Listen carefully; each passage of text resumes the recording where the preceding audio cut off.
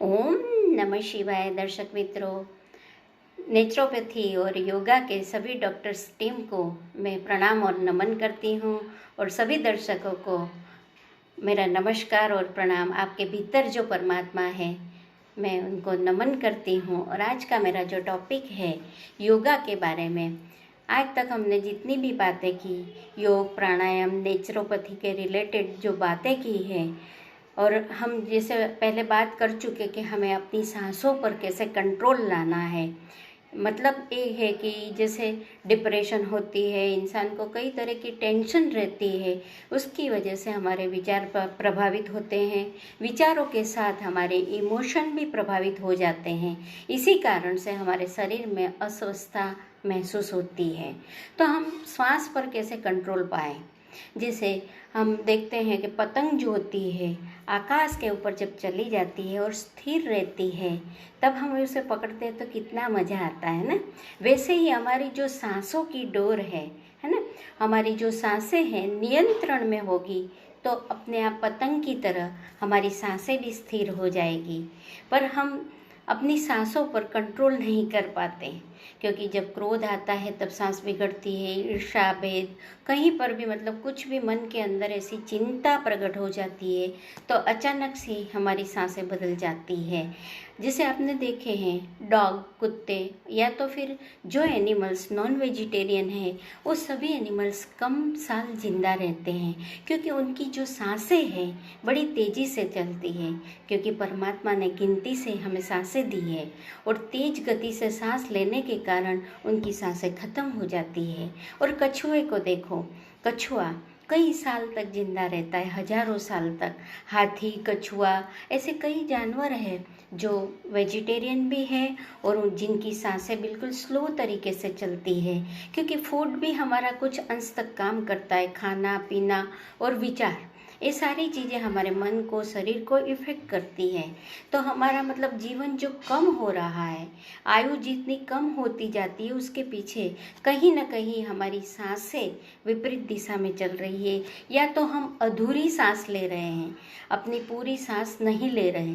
नाभि तक लेनी चाहिए। बच्चा जब गर्भ में होता है तो नाड़ी के साथ बंधन होता है, माँ के साथ, उसकी सारी सांसें नाड़ी के द्वारा चलती रहती है। खाना पीना सब कुछ उसे मिलता रहता है सिर्फ एक नाड़ी से। सोचो, पेट के अंदर भी इतना सब कुछ मिल जाता है। पर जैसे ही बच्चा पैदा हो जाता है, गर्भ में से बाहर आता है, तुरंत ही उसे बाहर की हवा लगना शुरू हो जाती है। और बाहर की सांस जब वो पहले लेना शुरू करता है तब रोता है ना, बहुत ज़ोर से रोता है, क्योंकि अपने आप से खुद नहीं किया कुछ भी। अब तो क्या हो गया कि बाहर के भरोसे उसे जीना पड़े। पहले तो माता जो सांसें लेती थी वो मिलती रहती थी, जो खाती थी वो खाना भी मिलता रहता था। बाहर आने के बाद मुश्किल ये हो गई कि खुद करना पड़ता है सब कुछ, है ना। खाना, भूख लगे तो रोना पड़ता है, रोता है तब पता चलता है माता को, यूरिन कर देता है, छी पोटी सब। मतलब ये सारी चीज़ें जब बच्चे होते हैं तब उसके अंदर जो शुरू होती है पहले। और वैसे बच्चा जैसे जैसे बड़ा होता जाता है उसके अंदर का नेचर यानी जो स्वभाव था वो पहले डिवाइन था, प्रकृति से जुड़ा था, माँ से जुड़ा था, तब तक उसके अंदर मतलब एक पॉजिटिव था, है ना। जैसे ही वो बाहर आया वैसे ही उसके विचार बदल गए, उसके इमोशन बदल गए और दुख का कारण सब साथ में आने लगा, क्योंकि उससे बाहर की जो एनवायरनमेंट के हिसाब से उसे जो कुछ भी मिल रहा है, समाज से, माता पिता से, दोस्तों से, ये सारी चीज़ें वो ग्रहण करता जाता है। जैसे बच्चा गुजराती बोलने वाला है कुटुंब में, मतलब वो फैमिली में पैदा होता है तो गुजराती बोलने लगता है, इंग्लिश वाले में तो इंग्लिश बोलने लगता है। अगर कोई बच्चा फॉर एग्जाम्पल जो अमेरिका में पैदा होता है, वो अमेरिका में पैदा होते ही उसे कोई आदिवासी स्थल पर डाल दिया जाए तो वो जिंगा लाला ही करेगा, उसके अंदर इंग्लिश नहीं आएगी। वो आदिवासी जो लैंग्वेज बोलते हैं, जो करते हैं, वही चीज़ उसमें आती है। वैसे ही जो आदिवासी में मतलब पैदा होता है उसे अमेरिका में ले जाओ तो सूट बूट टाई पहनकर इंग्लिश में ही बातें करेगा। तो एनवायरनमेंट का जो असर होता है काफ़ी हद तक होता है, क्योंकि वो एनवायरनमेंट काम करती है बाहर की सारी चीज़ें। बच्चा जो देखता है, जो सुनता है, जो महसूस करता है, वही तो उसके संस्कार बनते हैं। क्योंकि हम भीतर भीतर नहीं मुड़ते, बाहर ही ज़्यादा ध्यान रहता है। बाहर की भौतिक जगत में हमारी सांसें बिल्कुल उससे मोहित हो जाती है, और अंदर का पूरा तालमेल जो था, प्रकृति के मुताबिक जो चलना था, वो सांसें जो स्लो थी पहले, वो कहीं ना कहीं डिस्टर्ब होनी शुरू हो जाती है।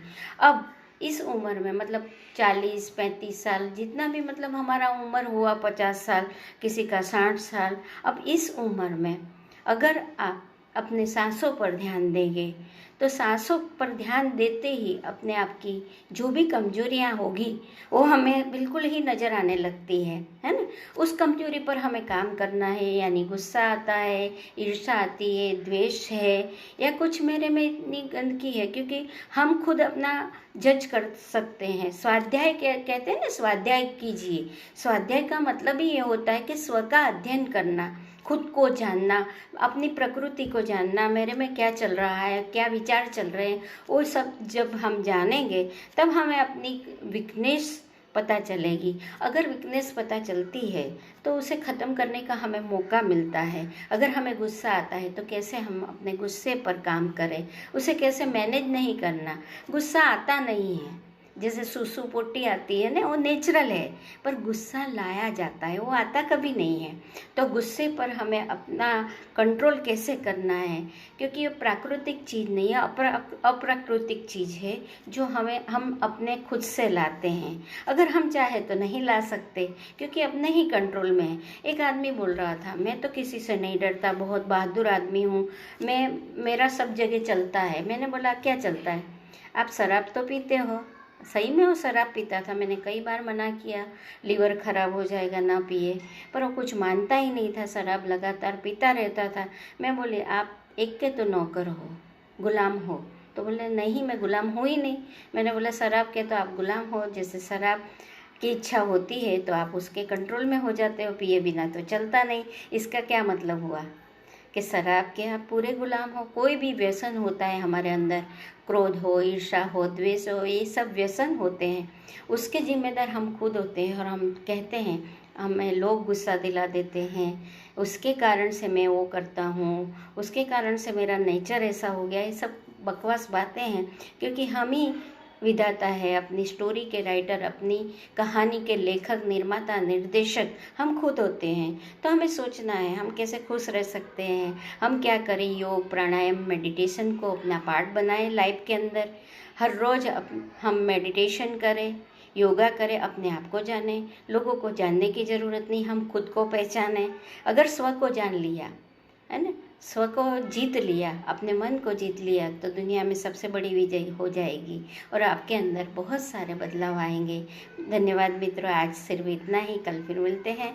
ओम नमः शिवाय। Thank you so much.